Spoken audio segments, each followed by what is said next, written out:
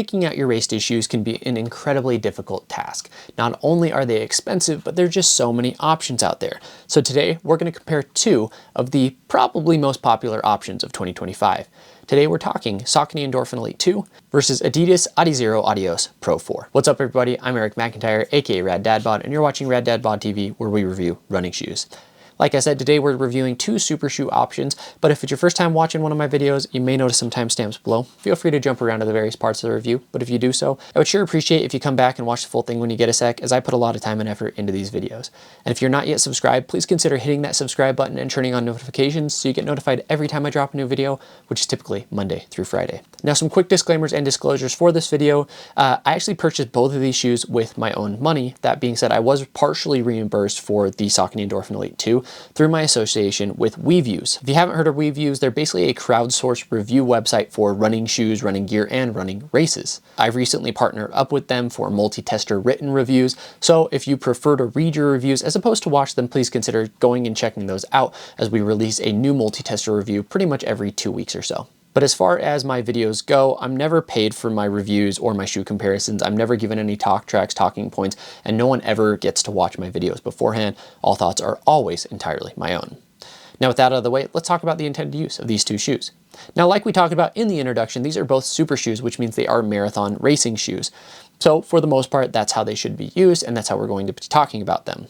Please take into consideration, though, that you don't have to race in a super shoe. In fact, you should race in the shoe that makes you most comfortable, and that oftentimes people use their racing shoes for their speed sessions and their race-specific sessions, and it saves money by using them for multiple uses, obviously. Now, talking about price, these shoes are on the higher end of running shoes, so the Endorphin Elite 2 comes in at $275, and the Adios Pro 4 comes in at $250. Unfortunately, that's pretty typical, again, for the super shoe category as a whole. Now, from a specs perspective, both the shoes actually weigh the same. So they come in at 7.1 ounces, which is 201 grams. So they're both very, very light, which is also fairly typical for a racing shoe. Then from a stack standpoint, they're somewhat similar. So the Endorphin Elite comes in at 40 in the heel, 32 in the forefoot for an 8mm heel to toe drop.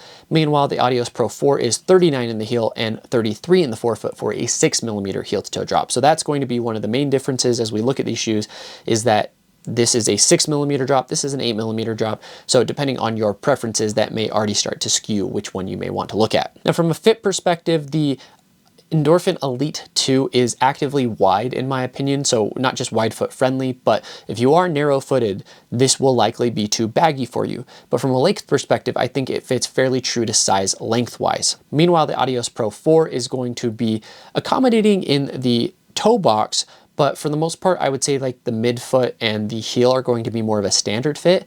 And I do think the Adios Pro 4 does run a little bit short. So potentially an option that you would want to half size up on, but I did wear my normal size and I feel like it worked really, really well for me for the most part. Now, moving to the uppers, the Saucony Endorphin Elite has a woven mesh upper, and it's very, very breathable. You can actually see through the shoe there. So you kind of have like that synthetic or like nylon kind of like plasticky knit material running through with kind of some actual thread there. And then you have a really, really kind of stretchy sock-like tongue for the most part, and then a very unstructured, like soft, comfortable heel.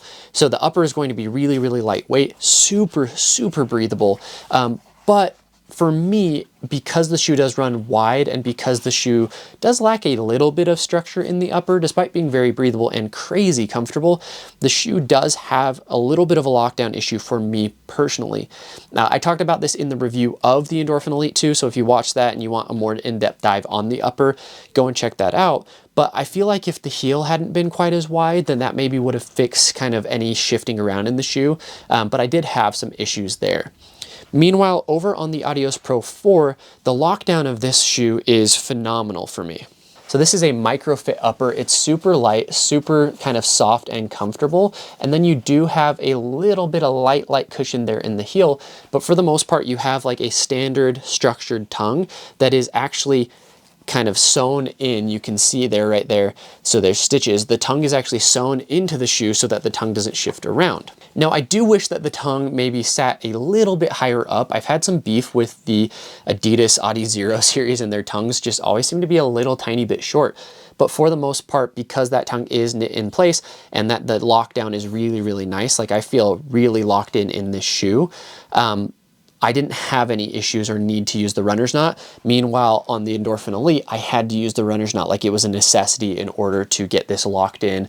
And even then, I still shifted just a little bit in the shoe. Now, the angle of the upper kind of cuts in a little bit. So I have seen some people with some bloody toes, despite having a roomy toe box. So the geometry of that does also matter a little bit. So just be aware of that with the Adios Pro 4.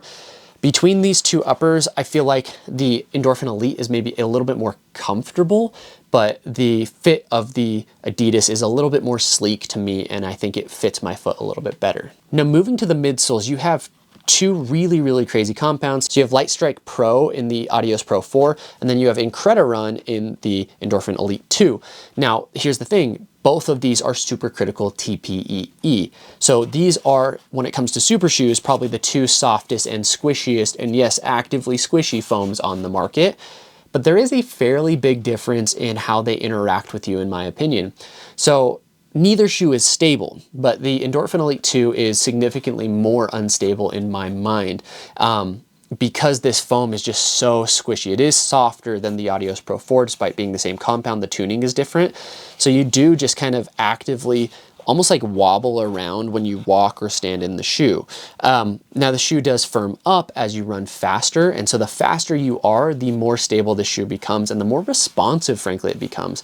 You also have a carbon fiber plate in the shoe, which adds that rigidity that a super shoe kind of needs to give you that bounce and that pop. Meanwhile, the Light Strike Pro foam, again, is very, very squishy, very, very soft, but the shoe is a lot more stable overall than the Incredirun in the Endorphin Elite 2. Now, there is kind of this cutout in the lateral side of the midsole, so if you are an overpronator, that may kind of collapse in for you. So again, not a stable shoe. More stable than the Incredirun, not stable though. And I feel like if that cutout wasn't there actually though, that this shoe would be like really, really stable, but that does cause you to collapse some. So again, if you are an overpronator, probably not the right shoe for you. That being said, the shoe feels lower stack than 39 millimeters in the heel. So 39 here and 40 here, and the Endorphin Elite feels much more like a max cushion racer, where the Adios Pro 4 feels more sleek overall and more like a low profile shoe. Like, I feel like I could race down in the shoe and race fast in the shoe. And the Endorphin Elite is crazy fast, but it's so much max cushion. Like, I don't know that I would feel comfortable taking it on a track. I would feel very comfortable taking the Adios Pro 4 on a track. The other thing is that Adidas uses carbon fiber rods. So instead of a plate that runs through, you actually have rods that follow kind of the direction of your toes or the bones, like the metatarsals in your foot. I feel like maybe those rods give it a slightly more rigid overall feel as well. And so that might be contributing to the less overall squish than the Endorphin Elite. Now, from an outsole perspective, you have the Power Tack rubber on the Endorphin Elite, which is crazy. It's super, super thin, just really an awesome compound. Feel like it actively has really, really good grip. And then on the Adios Pro 4, you have the Continental rubber there in the front, but the rest of the outsole is a GPCU compound, which I can't remember if that's new or not to Adidas, but that outsole does really, really well as well. I do think that the traction maybe on the Saucony feels a little bit more grippy, a little bit sticky, but both of them are really, really good. Both of them are really, really thin. You have a little bit more texture or traction on the Adios Pro 4 though. Again, not sure how much that's gonna help you out if the conditions get a little bit slicker, but both of these shoes actively did a really, really awesome job. The Adios Pro 4 does seem to have a little bit more overall coverage too. So I do think that the durability of the outsole on the Endorphin Elite is going to wear just in areas where you don't actually have that coverage, where you don't really have any like points on the shoe for the Pro 4 that should be wearing down much because you have just more coverage overall. Now, as far as my pick between these two shoes, I lean towards the Adios Pro 4, partially because of stability, partially because when I run in the Endorphin Elite, like my calf and my Achilles, like they get worked, right? I just don't think my form is like maybe clean enough for the Endorphin Elite for a full marathon, maybe a half marathon. Definitely enjoy running, like doing speed work in the shoe. It's a lot of fun, but I think that the Adios Pro 4 is not conservative by any means, but is more accommodating to my foot strike for the most part. And I do like that 6mm heel to toe drop, I think, over that 8mm. For me, also the upper of the Adios Pro 4, I just get better lockdown overall. And so it comes down to personal preference, but for me, the Adios Pro 4 is currently kind of my #1 marathon racing option for the year, for my usage, right? So, yeah, that's kind of where I lean, but just some final thoughts on the shoes as a whole. The super shoe category is just kind of insane right now. Every single brand is throwing out just crazy, crazy shoes as a whole. You know, we have the Cielo X1 2.0, phenomenal shoe as well, kind of more aggressive than the Cielo X1 from last year. Brooks Hyperion 4 PB, absolutely love that shoe. I actually think I might race like a 5K or 10K in it. I feel like it's a little bit firmer, a little bit more of a sleek option, but definitely a valid racing, like marathon racing option. We've got the Vaporfly 4 that have no miles on them yet. I need to get them out. The Craft Shupe Pro, which I've done one run in, but on the treadmill, so I need to get it out on the ground. And then just like fun things like the Puma Rule Breaker, the R3 is coming out. So just like haymaker after haymaker being thrown by the running industry when it comes to super shoes. They're obviously the most fun shoes to run in. They're also the shoes that you shouldn't be running in as much, right? And so I'm really excited to see where this category goes for this year. Right now, early favorite on the year is the Adios Pro 4, but there are lots of miles to be had and a lot of shoes on my shelf, plus a lot of shoes that haven't even released yet. So if you stuck around this far, again, I sure appreciate you. I appreciate the support. Let me know in the comments if you have any other comparisons that you'd like to see, or if you have any questions about the shoes that we talked about today. Also, if you haven't hit that subscribe button at this point, please consider doing that, hitting that like button, turning on those notifications. Just let me know in the comments as well if there's anything that I could be doing better to make these reviews and comparisons even better for each and every one of you. And as always, we'll end with a question, which is, what's your preferred foam for a super shoe? Do you like the classic PEBA, or do you like the new TPEE compounds that are coming out across various brands? Let me know in the comments below. Thanks, everybody.